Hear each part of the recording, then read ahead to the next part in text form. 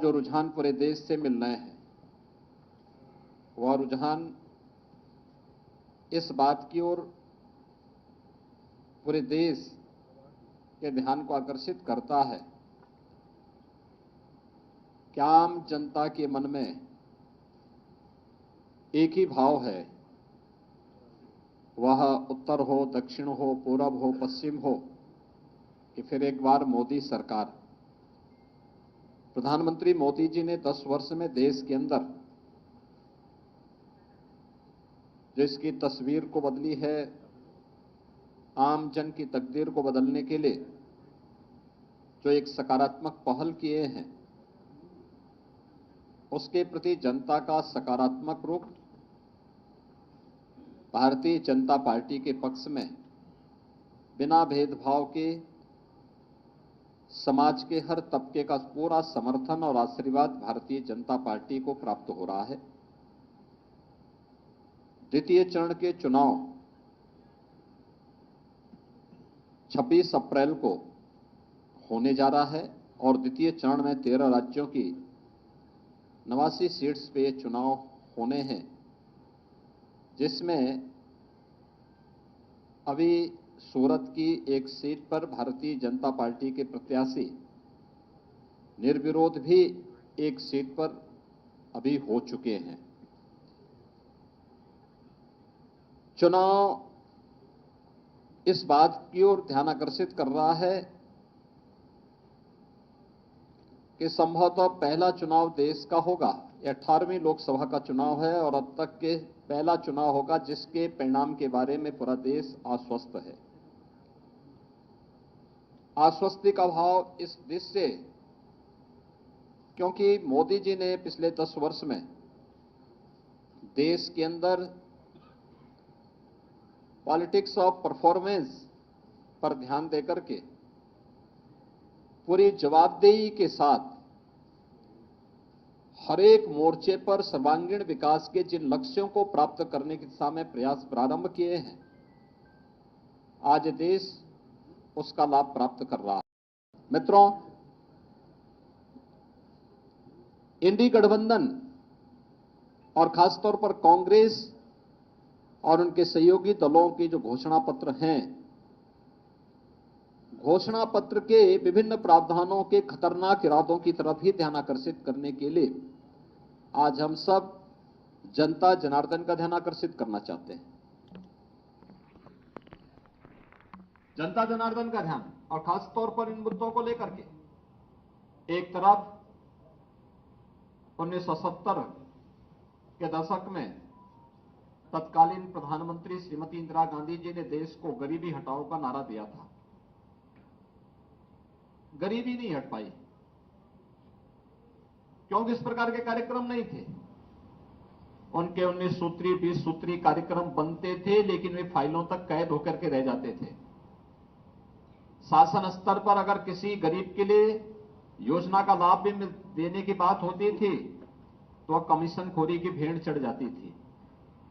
योजना का लाभ चेहरा देख करके देने की जो प्रवृत्ति कांग्रेस ने उस समय प्रदान की थी, कमोवेश वही स्थिति हम लोगों को यूपीए सरकार के सामने और विभत्स रूप में देखने को मिला। आज का जो कांग्रेस इंडी गठबंधन से जुड़े हुए सहयोगी दलों के जो घोषणा पत्र जारी हुए हैं, उस घोषणा पत्र को देख करके हम कह सकते हैं, एक तरफ अपनी गरीब कल्याणकारी योजनाओं को लेकर के प्रधानमंत्री मोदी जी ने बिना भेदभाव के देश के अंदर हर तबके के लोगों के कल्याण के लिए, उनके उत्थान के लिए कार्य किया और 10 वर्ष में 25 करोड़ गरीबों को गरीबी रेखा से उभार करके उन्हें खुशहाल जीवन जीने के लिए आगे बढ़ाने में मदद की। और दूसरी तरफ कोई भी इस प्रकार के प्रमाण कांग्रेस या उसके सहयोगी दल नहीं दे सकते कि जिन्होंने देश के अंदर सर्वाधिक समय तक शासन किया, आखिर इतने लंबे समय तक शासन करके 65 वर्षों से अधिक समय तक देश के अंदर शासन करने के बावजूद उनका पॉलिटिक्स परफॉर्मेंस पर आधारित क्यों नहीं बन पाया था? क्यों इनकी योजनाएं पिक एंड चूज की थी? चेहरा देख करके योजनाओं का लाभ देने का कार्य क्यों? और खासतौर पर अब दादी के दिए गए नारे को पोते के द्वारा किस प्रकार से तोता रटंत की जा रही है कि हम एक झटके में गरीबी हटाएंगे, और गरीबी कैसे हटाएंगे इसका अगर आपको उनके घोषणा पत्र में देखना हो तो यह खतरनाक इरादा भी है और हास्यास्पद। वो कह रहे हैं कि हम संपत्ति, लोगों की संपत्ति का सर्वे करवाएंगे और संपत्ति सर्वे करके फिर उस संपत्ति को अपने अनुसार फिर उसका बंदर बांट करेंगे। यानी पहले देश के संसाधनों पर लूटपाट। याद करिए, यूपीए सरकार के तत्कालीन प्रधानमंत्री डॉक्टर मनमोहन सिंह जी ने अपने एक अभिभाषण में इस बात का उल्लेख किया था कि देश के संसाधनों पर पहला अधिकार मुसलमानों का है। हमारा कहना है देश के अंदर भारतीय जनता पार्टी ने 4 जातियों की बात की। गरीब है, किसान है, युवा है और महिला है। इसमें किसी जाति की बात नहीं की है, किसी मत और मजहब की बात नहीं की है। जो गरीब है उसको शासन का हिस्सा मिलना चाहिए, युवा है उसकी आजीविका की व्यवस्था होनी चाहिए, महिला है उसके स्वावलंबन के लिए कार्य किए जाने चाहिए, अन्नदाता किसान वह किसी भी जाति मत मजहब वर्ग का है उसको सम्मान मिलना चाहिए। यह भारतीय जनता पार्टी जहां इसकी बात करती है, वहीं कांग्रेस कहां से प्रारंभ कर रही है? वह संपत्ति का सर्वे करवाएगी, संपत्ति का सर्वे करके फिर उसका बंदर बांट करेगी। यानी अपनी पुरानी उस प्रवृत्ति में कहां लेके जा रहे हैं कि पहला अधिकार किसका है, और फिर वहीं से उनकी शुरुआत हो रही है। इसके लिए वह जातीय जनगणना को आधार बना रहे हैं। 65 वर्षों तक शासन किए, एससी, एसटी, ओबीसी और अन्य जातियों को इन्होंने उनका अधिकार नहीं दिया, उससे उन्हें वंचित किया। और याद करिए 2004 से 2014 के बीच के कांग्रेस के शासनकाल को, जब उन्होंने उस समय लक्षित हिंसा विधेयक लाने का कुत्सित प्रयास किया था। बहुसंख्यक समाज की भावनाओं को कुचलने के लिए, उनकी अभिव्यक्ति की स्वतंत्रता को दबाने के लिए एक कुत्सित प्रयास किया था। भारतीय जनता पार्टी के भारी विरोध के कारण वह उस विधेयक को पास नहीं कर पाए। भारत के प्रति इनकी मानसिकता क्या है? और इसके बाद इन्होंने अनुसूचित जाति, अनुसूचित जनजाति और पिछड़ी जाति के हकों पर डकैती डाल करके उनके आरक्षण में भी किस प्रकार से घुसपैठ करने का प्रयास किया था।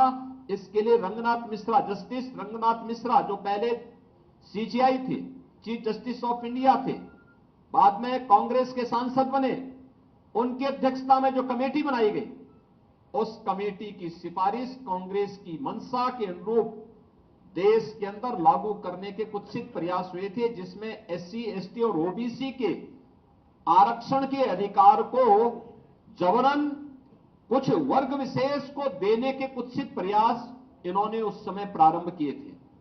और फिर सच्चर कमेटी की रिपोर्ट में भी दलितों के, अनुसूचित जाति जनजाति के आरक्षण में घुसपैठ करके एक हिस्सा इसको भी मुस्लिम वर्ग को जबरन देने के कुत्सित प्रयास किए गए थे, जिसका उस समय भारी विरोध हुआ था। यानी कांग्रेस की मंशा क्या है?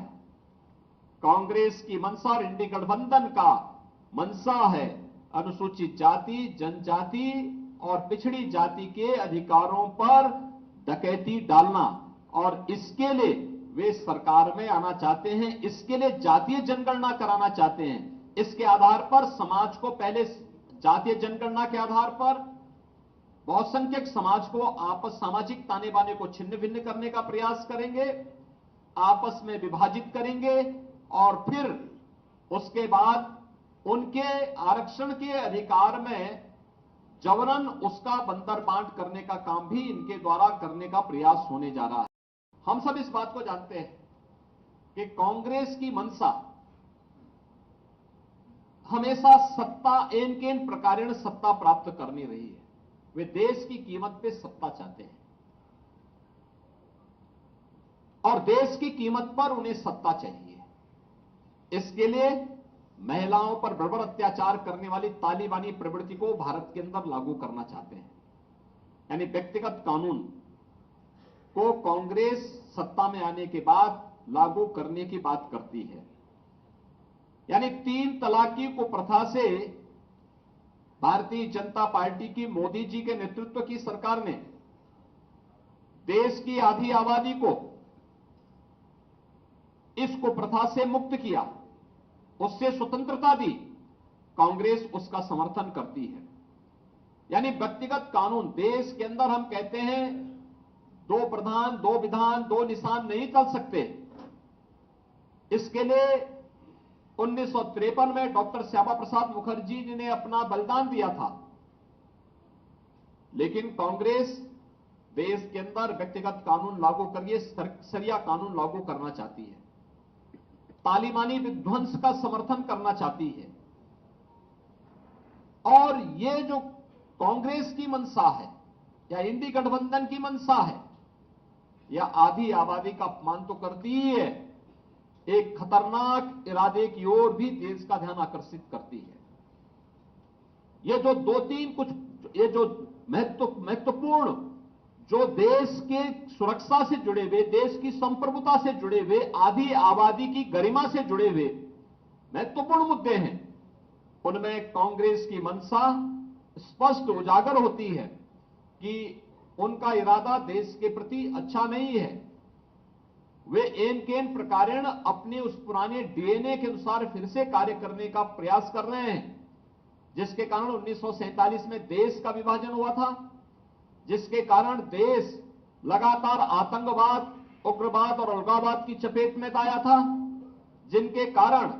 जिनके उस डीएनए के कारण देश के अंदर सभी संस्थाएं भ्रष्टाचार के आकंठ में डूबी थी।